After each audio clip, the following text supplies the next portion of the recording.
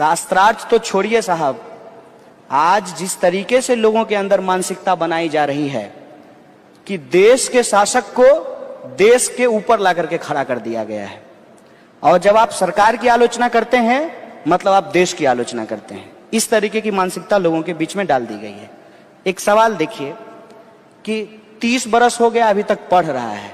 हम बोले इसीलिए तो पढ़ करके लड़ रहे हैं कि 30 बरस के तुम हो गए हो, और तुम अगर अभी पीएचडी कर रहे होते तो पीएचडी कर रहे होते, तुमको अभी धक्का नहीं खाना पड़ता। पीएचडी करने में 30 साल लगता है। और जो सब्सिडी का पैसा है, टैक्स का पैसा है, वो किसी का पैसा नहीं है, उस देश की जनता का पैसा है, और देश के लोग ही उस पब्लिक फंडेड यूनिवर्सिटी में जाकर के पढ़ते हैं। तीसरी बात कि ठीक है भाई पीएचडी किए तो किए, किताब काहे लिख दिए? तो किताब इसलिए लिख दिए कि सवाल खड़ा करना है। आप जो सवाल पूछ रहे हैं अभी, इसीलिए मैंने कहा कि थोड़ा रेडिकल होकर के बोलने की जरूरत है। इसमें कोई दो राय नहीं है कि देश के नौजवान सीमा पे जाकर के जान देते हैं, उससे हम सुरक्षित बैठ करके यहाँ गुफ्तगू कर पा रहे हैं, इसमें कोई दो राय नहीं है। लेकिन देश का किसान भी अगर खेत में नहीं जाएगा और अनाज नहीं पैदा करेगा तो क्या आप गुफ्तगू कर पाएंगे? किसी भी एक प्रोफेशन को करने वाले, उनकी जो ड्यूटी है उसको दूसरे प्रोफेशन के करने वाले और उसकी ड्यूटी के अगेंस्ट में खड़ा नहीं करना चाहिए। इसकी कोई जरूरत नहीं है। हम समझते हैं कि गाड़ी में जितना जरूरी स्टीयरिंग है उतना ही जरूरी हॉर्न भी है, उतना ही जरूरी ब्रेक भी है, लुकिंग ग्लास भी है, सीट भी है। सोसाइटी जो है वो अलग अलग कंपोनेंट से जुड़ करके उसका स्ट्रक्चर बनता है। आप अगर अपने देश के लिए नहीं लड़ेंगे तो पता नहीं वो आपके देश का कितना टुकड़ा करेंगे। दुनिया का इतिहास बताता है जब भी नेशनलिज्म की हवा बही है और उस नेशन के कॉन्सेप्ट से जनता को बाहर करके, तब देश टूटा है। ओटोमन साम्राज्य, प्रथम विश्व युद्ध, जर्मनी, इटली, द्वितीय विश्व युद्ध, और उसके बाद सब कुछ करके जब देख लिए, केन्स साहब का इस्तेमाल कर लिए, वेलफेयर स्टेट बना लिए, तथाकथित जो समाजवादी राष्ट्र थे उसके भी टुकड़े टुकड़े हो गए। नव उदारवाद में कहा कि अब सब कुछ बल्ले बल्ले है, दिल मांगे मोर, उसकी भी हालत आज सामने आ गई है। एक सिंपल सा डेटा है, गणित जोड़ करके देखने की बात है। सरकार ने कहा, सरकार ने नहीं, चुनाव प्रचार में माननीय प्रधानमंत्री जी के द्वारा कहा गया कि 2 करोड़ रोजगार पैदा करेंगे। सरकारी आंकड़ा कहता है, जेएनयू वालों ने नहीं निकाला है, कि 1,35,000 रोजगार पैदा हुए। अभी नोटबंदी के चलते 4 लाख एम्प्लॉय चला गया, एम्प्लॉयमेंट खत्म हो गया। आप मुझे बताइए कि टोटल ग्रोथ कितना हुआ? 4 लाख में से जो है 135 घटा देते हैं, उतना का नुकसान हो गया फिर से। तो ये जो दिक्कत है, इस दिक्कत को आपको बोलना पड़ेगा। और उनके जो आइडिया ऑफ नेशनलिज्म है जिसमें वो एकल हिंदू राष्ट्र बनाना चाहते हैं, बेसिकली एकल हिंदू राष्ट्र क्या होगा कि दलित दलित बना रहेगा, ब्राह्मण ब्राह्मण बना रहेगा, उसके बीच में जो है बेटी रोटी का संबंध बनेगा ही नहीं। और जब हमारे बीच में सेंस ऑफ एसोसिएशन नहीं होगा, सोते हुए दलितों की अगर हत्या कर दी जाएगी बिहार के अंदर, तो हमारा बिहार, गौरवशाली बिहार, ये कैसे हो पाएगा? लोगों के अंदर सेंस ऑफ एसोसिएशन जब तक पैदा नहीं होता है, नेशन बिल्डिंग नहीं होता है। और इसमें रिजर्वेशन एससी के लिए, एसटी के लिए एक बहुत बड़ा मुद्दा बन चुका है। और यूथ में, अगर मैं मुंबई यूनिवर्सिटी में पढ़ रहा हूँ, कॉलेज स्टूडेंट हूँ, 19 साल का हूँ, हमारे बीच में काफी बातें ये हैं कि अगर रिजर्वेशन होना चाहिए बहुत सही बात है, लेकिन जाति पे क्यों, किसी के सरनेम पर क्यों रिजर्वेशन है? अगर रिजर्वेशन देना चाहिए तो उसकी क्वालिफिकेशंस पर, कि उसने कितना पढ़ा है, कितना अच्छा नंबर लाया है, या रिजर्वेशन होना चाहिए कि उसके घर वाले या उसका सोशल बैकग्राउंड इतना सक्षम है या नहीं है। आप लड़ रहे हैं, बहुत अच्छी बात है, तो इस बात के लिए लड़ाई क्यों नहीं? चलिए कल सर्वे करेंगे आपके साथ।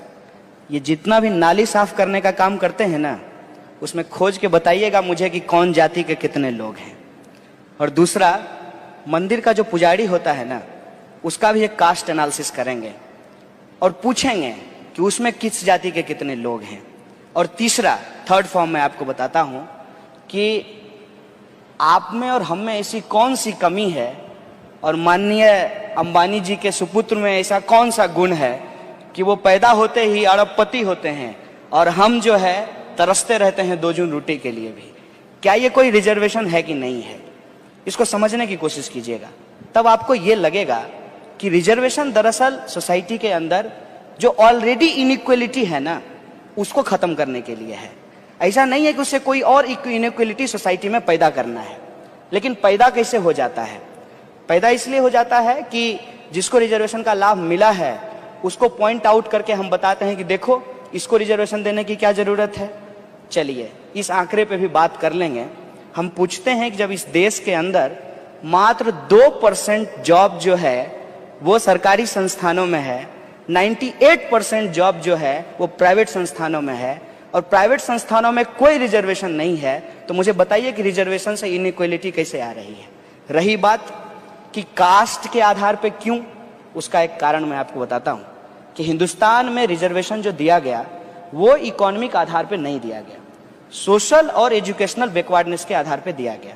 कारण क्या था कि मान लीजिए कि मैं दलित हूं और मैं आईएएस बन गया हूं, हमारे दफ्तर में जब आएंगे कोई साहब जो दलित नहीं है, वो वहां प्रणाम तो उनको करना पड़ेगा, लेकिन निकलते निकलते जाति सूचक गाली दे करके जाएंगे। क्या आज भी बेटी रोटी के संबंध जिसकी मैं बात कर रहा था वो फ्रीक्वेंटली समाज के अंदर बन रहे हैं? अगर नहीं बन रहे हैं तो क्या हमको ये जो ऑनर किलिंग होता है, कुछ लोगों की किताब बैन कर दी जाती है, कुछ लोग जो खास जाति से आते हैं उनको यूनिवर्सिटी से बाहर कर दिया जाता है, उनकी माँ बहनों के साथ बलात्कार कर दिया जाता है, तो जो हम एक इक्वल सोसाइटी बनाने की बात करते हैं उसको हम कैसे बनाएंगे? हमको लगता है, मैं समझता हूँ कि एक जो लाइन खिंची हुई है ना, जिसमें डायनेस्टी से लोग जो है अरबपति पैदा होते हैं, लीडर पैदा होते हैं, उनके पास एक बैकग्राउंड होता है, बहुत धड़ाधड़ अंग्रेजी बोलते हैं, लेकिन उसके अलावे भी एक बहुत बड़ा हिस्सा है जो इसी समाज का है, उसको कैसे हम मुख्य धारा में लाएंगे? तो एक जो लाइन खिंची हुई है ना, उस लाइन के बराबर जो है एक बड़ी लाइन खींचेंगे। ये रिजर्वेशन की कोशिश थी।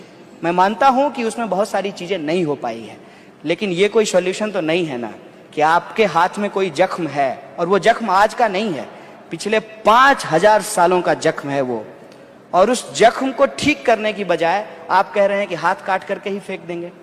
पूरी दुनिया में घूम करके देख लीजिए, अलग अलग जगह पे रिजर्वेशन अलग अलग फॉर्म में दिए जाते हैं। Affirmative action. सवाल ये है, मैं अफ्रीका के ऊपर काम कर रहा हूं। नेल्सन मंडेला जब जेल से छूट करके आए तो उन्होंने एक थ्योरी दिया ट्रूथ एंड रिकॉन्सिलेशन का, जिसमें जो गोरे लोग थे उनको कहा कि कोर्ट में आइए, एक्सेप्ट कीजिए, सोसाइटी में मिल करके रहते हैं, साथ रहते हैं। मतलब बाबर की गलती का बदला जुम्मन मियां से नहीं लिया जाएगा। मेरे बाप दादा ने दलितों के साथ क्या किया, इस आधार पे ब्राह्मणों के साथ डिस्क्रिमिनेशन नहीं किया जाएगा। और जो ब्राह्मणवाद शब्द का इस्तेमाल किया जाता है, जिसको बार बार भीमराव अंबेडकर बोलते थे, वो किसी जाति के खिलाफ नहीं है, वो उस मानसिकता के खिलाफ है। और उस मानसिकता के चलते ये हुआ है, आप उत्तर प्रदेश जाकर के देखिए, जाटव जो हैं वो नॉन जाटव में शादी नहीं करते हैं, जबकि वो दोनों दलित हैं। तो ये जो मानसिकता है हायरार्की वाली, जो आपको हमसे अलग करता है, उस मानसिकता पे चोट करने की जरूरत है।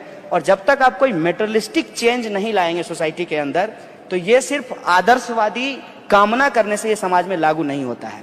आज एफर्मेटिव एक्शन के चलते बहुत सारे ऐसे लोग हैं जो ब्यूरोक्रेसी में गए, एकेडमिक्स में आए और उन्होंने सोसाइटी के अंदर कंट्रीब्यूट किया, और वो जो एसर्शन है, उस एसर्शन के चलते ही आज हम ऐसे माहौल में रिजर्वेशन के ऊपर चर्चा कर पा रहे हैं। तो ये सोसाइटी को ट्रांसफॉर्म करने के लिए जरूरी होता है। दूसरा सवाल जो आप कह रहे हैं कि आप राजनीति में आएंगे कि क्या करेंगे, मैं समझता हूं कि मेरे पैदा होने से पहले ही मेरे साथ राजनीति शुरू हो गई थी।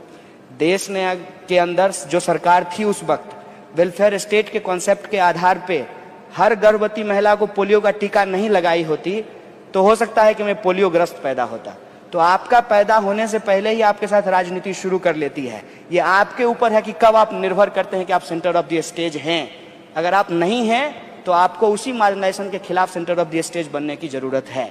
और राजनीति का ये कतई मतलब नहीं है कि जाइए किसी पार्टी में शामिल हो जाइए, चुनाव प्रचार कीजिए और जम करके जो है लूट खसोट करके अपना धंधा सेट कर लीजिए। ये राजनीति नहीं है। राजनीति सिद्धांत के आधार पे, विचारधारा के आधार पे समाज को बेहतर बनाने के लिए। तीसरा सवाल जो आप पूछ रहे हैं कि स्टूडेंट पॉलिटिक्स जरूरी है, उसका एक कारण मैं आपको बताता हूं। इस देश के अंदर अभी जितना लीडर है, चाहे वो किसी पार्टी का हो, चाहे उसका रंग कुछ भी हो, सब स्टूडेंट पॉलिटिक्स से पैदा हुआ है। लेकिन उसको अगर आप कहेंगे कि स्टूडेंट पॉलिटिक्स करना चाहिए तो कहेगा नहीं, पढ़ाई लिखाई करना चाहिए, क्या जरूरी है राजनीति में जाने की। तो आपको पूछिएगा कि आपके दफ्तर में भगत सिंह की फोटो लगी हुई है, भगत सिंह भी किसी कॉलेज के टॉपर थे, लेकिन देश के अंदर जो समस्याएं थी उसके ऊपर वो लड़ते भी थे और नौजवानों को संगठित भी करते थे। तो कहेगा तुम तो राजनीति कर रहे हो।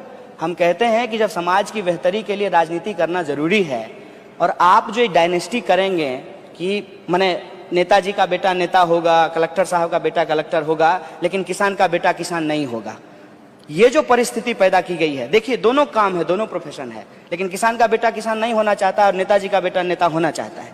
ये जो चलता आ रहा है, इसमें अगर इंटरवीन करना है तो नव तरुण, जिसको कहते हैं ना, नए नेताओं को खड़ा करना जरूरी है, जो कि पीपल्स का वॉइस हो, जिसका वॉइस डेमोक्रेटिक हो और एक लार्जर रिप्रेजेंटेशन को वो रिप्रेजेंट करता हो। इसके लिए जरूरी है कि स्टूडेंट पॉलिटिक्स हो, और स्टूडेंट पॉलिटिक्स को पहले सरकारों ने बंद किया, चुनाव बंद कर दिया, क्या कह करके कि हिंसा होती है। साहब, स्टूडेंट पॉलिटिक्स में जितनी हिंसा होती है उससे ज्यादा हिंसा मेन स्ट्रीम पॉलिटिक्स के इलेक्शन में होती है। शराब बांटी जाती है, सब कुछ किया जाता है। ये आपका शैडो है, ये आपकी बीमारी है जो विद्यार्थियों के बीच में भी ट्रांसफर होता है, क्योंकि जब कोई इंडिपेंडेंट स्टूडेंट मूवमेंट नहीं होता है और स्टूडेंट ऑर्गेनाइजेशन किसी पॉलिटिकल लीडर के साथ उसकी चापलूसी करना शुरू कर देते हैं, उसके लिए भीड़ इकट्ठा करने का काम शुरू कर देते हैं, वो उनके साथ चमचागिरी करके खुद भी सांसद बन जाना चाहते हैं, तब वो राजनीति को उस तरफ ले जाते हैं जो बदलाव की नहीं होती है, जो एस्टेब्लिशमेंट के पक्ष में चली जाती है। स्टूडेंट पॉलिटिक्स हमेशा एस्टेब्लिशमेंट के खिलाफ खड़ा होता है। याद कीजिए हिंदुस्तान के अंदर छात्र राजनीति के इतिहास को, सती प्रथा के खिलाफ अगर सबसे पहले कोई खड़ा हुआ तो विद्यार्थी खड़ा हुआ, विधवा विवाह के पक्ष में अगर कोई खड़ा हुआ तो विद्यार्थी खड़ा हुआ, और अंग्रेजों से लड़ने को लेकर के भी अगली कतार में जो सबसे पहले किताब कॉपी छोड़ करके गांधी जी के साथ और भगत सिंह के साथ जो शामिल हुए वो विद्यार्थी थे।